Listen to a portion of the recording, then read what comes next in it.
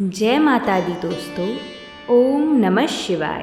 भक्तों, माघ मास की शुक्ल पक्ष की एकादशी जया एकादशी कहलाती है। जब श्री कृष्ण पांडवों को सभी एकादशी का महत्व एवं कथा सुना रहे थे, तभी धर्मराज युधिष्ठिर बोले, हे भगवान, आपने माघ मास के कृष्ण पक्ष की षटतिला एकादशी का अत्यंत ही सुंदर वर्णन किया है। आप स्वदेज, अंडज, उत्तज और जरायुज चारों प्रकार के जीवों को उत्पन्न, पालन तथा नाश करने वाले हैं। अब आप कृपा करके माघ मास की शुक्ल एकादशी का वर्णन कीजिए। इसका क्या नाम है, इसके व्रत की क्या विधि है और इसमें कौन से देवता का पूजन किया जाता है। इसी बात पर श्री कृष्ण कहने लगे, राजन, इस एकादशी का नाम जया एकादशी है।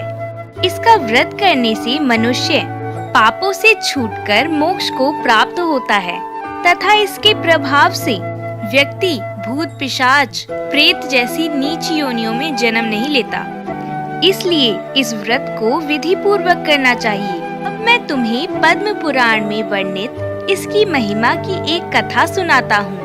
ये बात शुरू होती है देवराज इंद्र के स्वर्ग लोक से। देवराज इंद्र स्वर्ग में राज करते थे और अन्य सब देवगण सुख पूर्वक स्वर्ग में रहते थे। एक समय इंद्र अपनी इच्छा अनुसार नंदन वन में अप्सराओं के साथ विहार कर रहे थे और गंधर्व गान कर रहे थे। उन गंधर्वों में प्रसिद्ध पुष्पदंत और उसकी कन्या पुष्पवती और चित्रसेन तथा उसकी स्त्री मालिनी भी थी। साथ ही में मालिनी का पुत्र पुष्पवान और उसका पुत्र माल्यवान भी उपस्थित थे। पुष्पवती गंधर्व कन्या माल्यवान को देखकर उस पर मोहित हो गई और माल्यवान पर काम बाण चलाने लगी। उसने अपने रूप, लावण्य और हाव भाव से माल्यवान को वश कर लिया।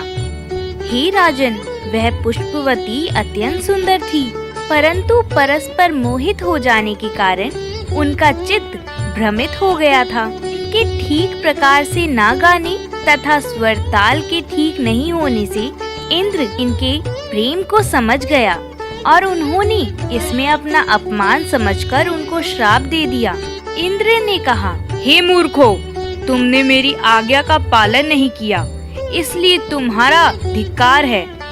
अब तुम दोनों स्त्री पुरुष के रूप में मृत्यु लोक में जाकर पिशाच रूप में अपने कर्मों का फल भोगो।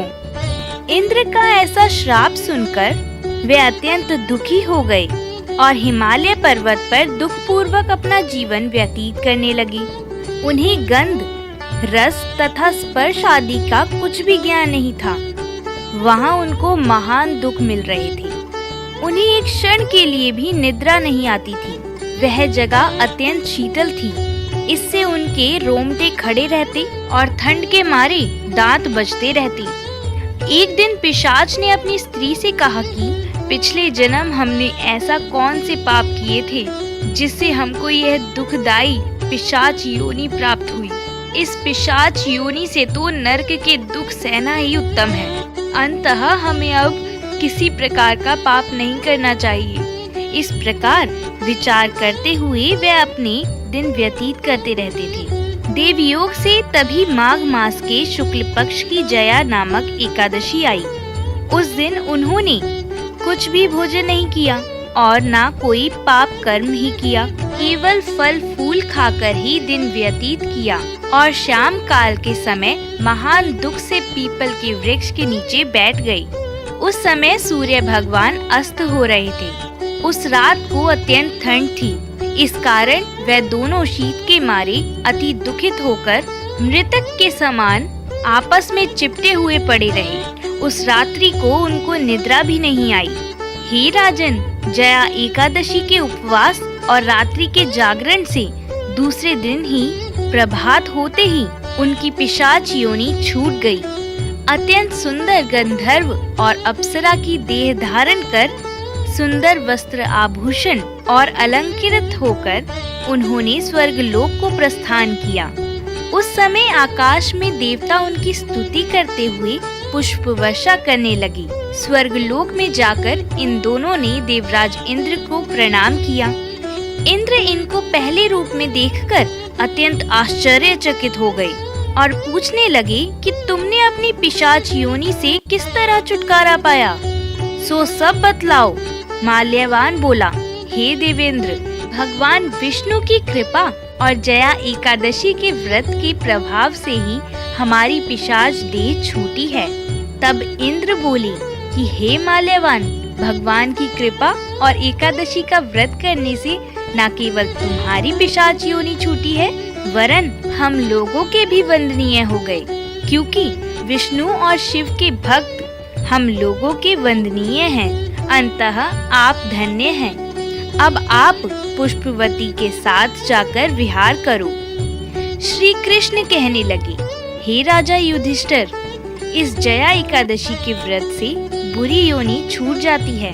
जिस मनुष्य ने इस एकादशी का व्रत किया है, उसने मानो सब यज्ञ, जप, दान आदि कर लिया। जो मनुष्य जया एकादशी का व्रत करते हैं, वे अवश्य ही 1000 वर्ष तक स्वर्ग में वास करते हैं। इसीलिए एकादशी का व्रत बेहद पवित्र और पुण्यदायी माना गया है। इस दिन भगवान विष्णु की पूजा पाठ करके दिन भर उपवास रखने से भक्त गण पर सृष्टि रचयिता भगवान विष्णु की विशेष कृपा बनी रहती है। एकादशी व्रत के दिन भगवान विष्णु की उपासना में तुलसी पत्र और पंचामृत का प्रयोग अवश्य करें। यह दोनों चीजें श्री हरि को सर्वाधिक प्रिय हैं। अगर आप एकादशी का व्रत कर रहे हैं और इन वस्तुओं का त्याग नहीं करेंगे, तो उपवास का संपूर्ण फल आपको प्राप्त नहीं हो पाएगा। आइए जानते हैं क्या है वर्जित 11 एकादशी के व्रत के दिन में। एकादशी का व्रत रखने वाले मनुष्यों को दशमी के दिन से ही कुछ अनिवार्य नियमों का पालन करना चाहिए। इस दिन कुछ चीजों का सेवन निषेध माना गया है। एकादशी के दिन यथाशक्ति अन्न प्रदान करें।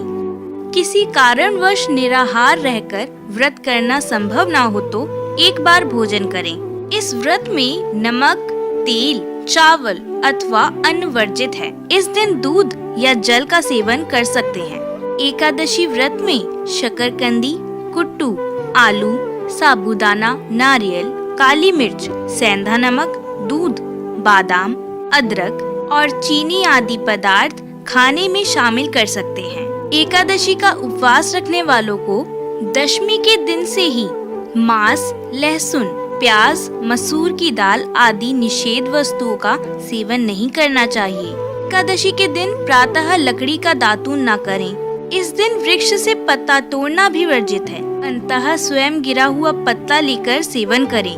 एकादशी के दिन व्रतधारी व्यक्ति को गाजर, शलगम, गोभी, जौ, बैंगन और सेमफली नहीं खानी चाहिए। इस व्रत में सात्विक भोजन ही करें।